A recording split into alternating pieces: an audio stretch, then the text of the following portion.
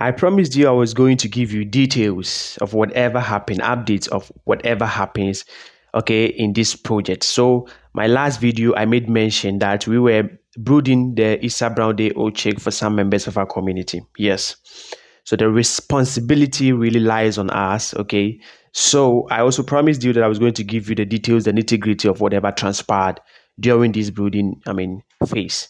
So today I'm here to share with you. Today is exactly 8 days that we are keeping these birds. Okay, last week Friday, we brought them in.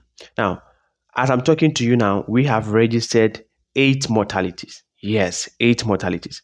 One was from the transportation when we were bringing them in. One died. Okay, and the other one, the other 7 died when we introduced the antibiotic vitamins on the day 3 and day 4. Yes. In fact, when we brought them in day 1, we gave them glucose. Day 2, we gave them glucose. Yes.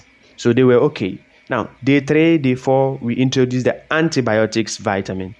And then, bam, we registered 7 mortalities. So we were afraid, bro. We were afraid that we were going to lose all of them. Okay. But one thing we realized was that some of the bears were really not healthy. So the introduction of the antibiotics kind of did some selection. Okay, selected those that were strong and those that were not strong. So yes, we registered in total 8 mortalities out of 200 birds.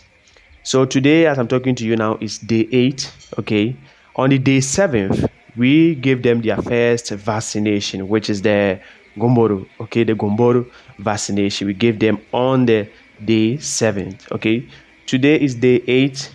Okay, keeping them, and as you can see, some of them have already developed feathers. Some of them are even able to fly. As you can see, some of them are even standing on the piece of wood over there. So it has not been easy. Now, the very frustrating aspect of it is doomsaw, the light out. Okay, sometimes we had to sleep with the birds. We had to sleep at the corridor where the birds are. Okay, to make sure that during this period of light out, everything is really working on well. Of course, we introduced the torchlight. We introduced, the charcoal fire and stuff. Okay, as you can see. But we also needed to be there to make sure that things were right until the next morning when the light comes back. So it has been a tough time. Okay, we have experienced almost 3 times light out. It has been a very tough time. Now, it gives the kind of sensation that it gives is a mixed one. Sometimes you are afraid that they will die. Sometimes too, you are happy that they are growing. Man, it's not an easy journey. It's not an easy journey. But I think that it's worth it by the experience that you get, the knowledge that you gather, okay, from brooding these chicks. I think it's worth it. Okay. Now, what really happens is that every day we need to make sure, okay, that the temperature, the room temperature, is really what they need. Okay, so we measure the temperature over there, and then make sure if we need to put off one light, we have to put off one light.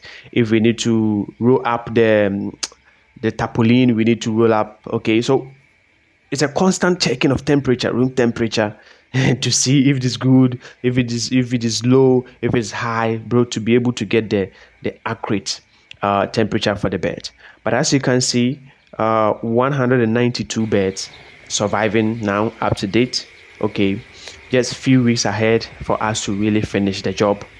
But yes, I must say that it has been difficult, but at the same time, it gives a good sensation that you are able to also do something and provide service, okay, to mankind.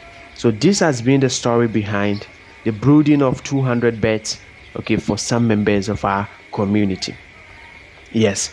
So this is it. Now, if you have any question about the vaccination, the medication, whatever, any other extra information that you think that I should have given you and I didn't, you can ask the question in the comment section. I said I will be giving you update of whatever happens. Okay, so this is the first week update I'm giving to you.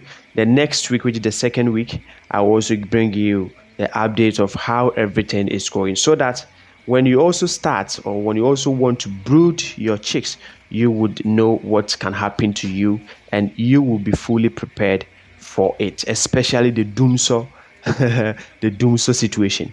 Okay, so I will leave you here. Thank you for staying with me.